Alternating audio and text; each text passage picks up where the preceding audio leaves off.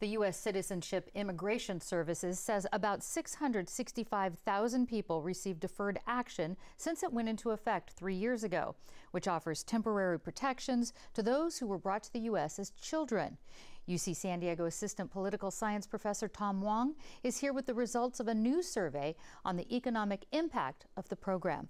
And Tom, your study surveyed more than 450 DACA recipients nationwide.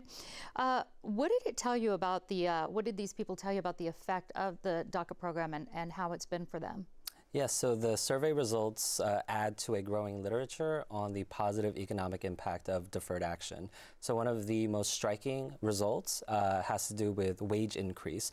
So what we found is that the average hourly wage increase for DACA beneficiaries is about 45%.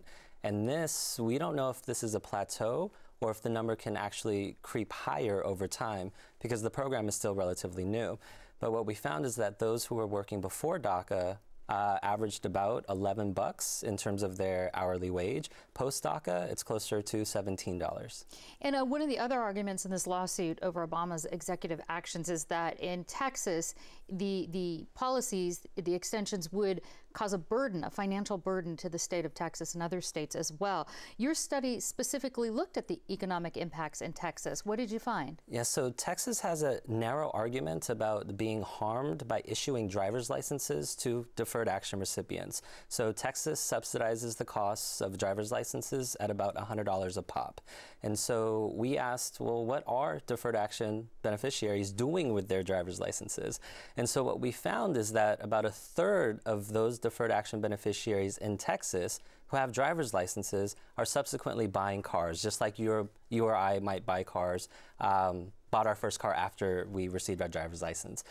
And the average cost of the car purchased is about $10,000, which means at 6.25% sales tax contribution to Texas, Texas is actually gaining $674 per car purchased in its coffers. And every time, so it's getting back into the economy according to that. Now, you're doing a broader study. You're also doing a broader study on this. Tell us about that. Yes, so this is part of an ongoing study to try to assess how deferred action impacts the lives of those who transition from undocumented to some sort of lawful status. So what the study actually works up to is by 2017, we'll have the longer run effects of DACA itself. Hopefully we'll be able to talk about DAPA and expanded DACA as well.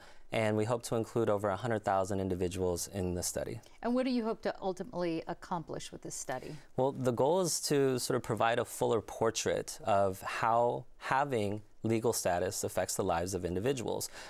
We can think about that fuller portrait being about dollars in terms of economic impact, but we're also interested in broader sort of benefits that accrue to individuals. For example, how individuals interact with their own families and in society more generally. Well, right now this expanded DACA program is on hold. It was supposed to go into effect this year. How are people telling you they're being affected by the delay?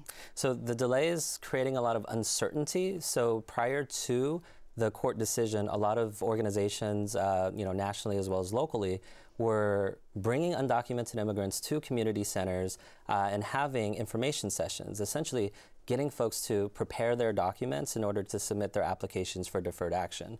A lot of that work has died down, but a lot of what the initial interest over the programs that still continues. So people are still wanting that opportunity to adjust their status. They're just uncertain about whether or not that will be possible in the short term. Well, what do you say to opponents to the president's expanded legal action on this, that these programs encourage illegal immigration? Yeah, there is very little data to suggest that any type of legalization program incentivizes further undocumented immigration. So that was one of the arguments that was put about during the increase in unaccompanied minors last year at the southern border.